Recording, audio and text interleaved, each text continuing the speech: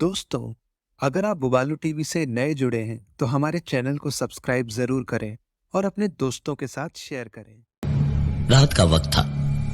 पिंकू और राजा दौड़ते भागते छुपने की जगह ढूंढते हुए आके इसी खंडहर में पहुंचे और एक कोने में दुबक के छुप के बैठ गए।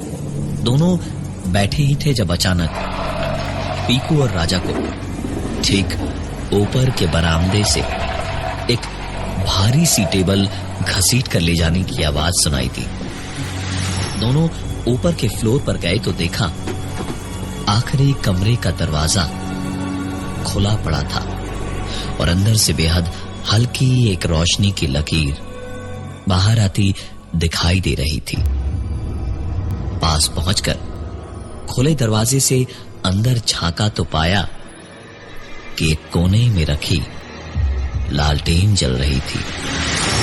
दोनों ने कमरे में झांका तो लालटेन तो दिखी पर कुछ और नहीं दिखा। पिंटू और राजा दोनों ही आगे बढ़कर कमरे के अंदर गए और पिंटू ने हाथ बढ़ाकर लालटेन उठाई तो लालटेन का हैंडल इतना गर्म था कि पिंटू के हाथ से लालटेन छूट कर गिर गई और उसका तेल छलक कर पूरे फर्श पर फैल गया, जिससे फर्श पर धो धो करके गिरा हुआ तेल जलने लगा। आग अचानक लगी और ऐसे अचानक फैली कि छोटी मगर तेज लपटों से पिंटू और राजा दोनों को पीछे हटना पड़ा और पीछे हटे तो उस आग में से अचानक एक आदमी और एक औरत की चीखें गूंजने लगी और ध्यान से देखा तो दिखा कि एक आदमी और एक औरत उस आग में कुर्सियों से बंधे हुए आग में बैठे हैं और चीखे जा रहे हैं। पिंटू और राजा एक पल को तो वहीं के वहीं जमकर खड़े ही रह गए।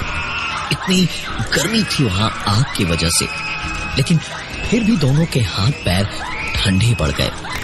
दोनों ने किसी तरह खुद को संभाला और वहां से उल्टे पैर भागे कमरे के बाहर। दोनों के बाहर भागते ही सारी आवाजें अचानक से रुक गई। डरते हुए दोनों पलटे और देखा तो कमरा बिल्कुल खाली था। अंदर कुछ भी नहीं था, ना इंसान और ना ही वो लालटेन।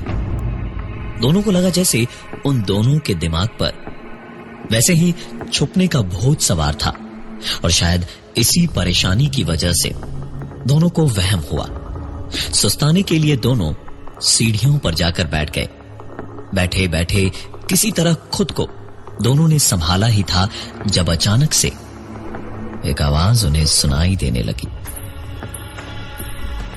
दोनों को साफ साफ समझ आ रहा था कि वो अकेले नहीं थे उस खंडहर में, कोई और भी थी जो सीढ़ियों से ऊपर आ रही थी और अपने गहनों की आवाज से बता के आ रही थी कि वो ऊपर आ रही है। दोनों वहां जम के बैठे रह गए, बस इसी उम्मीद में कि कोई ना कोई तो दिखेगा, लेकिन उस खंडहर में कोई दिखा नहीं और वो आवाज वो भी बंद नहीं हुई। कदमों की वो आहट आती गई और बिल्कुल दोनों के करीब से होती हुई ऊपर तीसरे माले पर चली गई। पिंटू और राजा के पास से निकलकर तीसरे माले पर जाते ही किसी औरत के चिल्लाने की आवाज आई। ऋषि, दरवाजा खोलो ऋषि, मैं जानती हूँ तुम उसी चुड़ैल के साथ अंदर हो ऋषि, दरवाजा खोलो ऋषि। ठीक है मत खोलो, अब देखो मैं क्या करती हूँ। पिंटू और राजा भले ही एक माला नीचे बैठे थे, लेकिन उन्होंने साफ साफ सुना कि इतना चिल्लाने के बाद एक दरवाजा खुला और जोर से बंद हुआ और उसके बाद एक दरवाजा और खुला और कोई दौड़ा दौड़ा आया और खटखटाते खटखटाते चिल्लाया, नहीं नूतन, रुको रुको, नूतन नहीं, नूतन मुझे माफ कर दो, दरवाजा खोलो नूतन, दरवाजा खोलो। इतनी चीख पुकार होते होते एकदम से अचानक ही सारी आवाजें बंद हो गई। बिल्कुल मौत जैसी चुप्पी छा गई चारों ओर। दोस्तों, ये था पुराना खंडर कहानी का पहला भाग। क्या पिंटू और राजा किसी बड़ी मुसीबत में फंसने वाले हैं? इन अजीबोगरीब घटनाओं के पीछे क्या राज हो सकता है? क्या पिंटू और राजा इस खंडर से जिंदा बाहर निकल भी पाएंगे? इन सभी सवालों के जवाब जानने के लिए जरूर देखिए कहानी का अगला भाग ऊपर आई बटन पर क्लिक करके।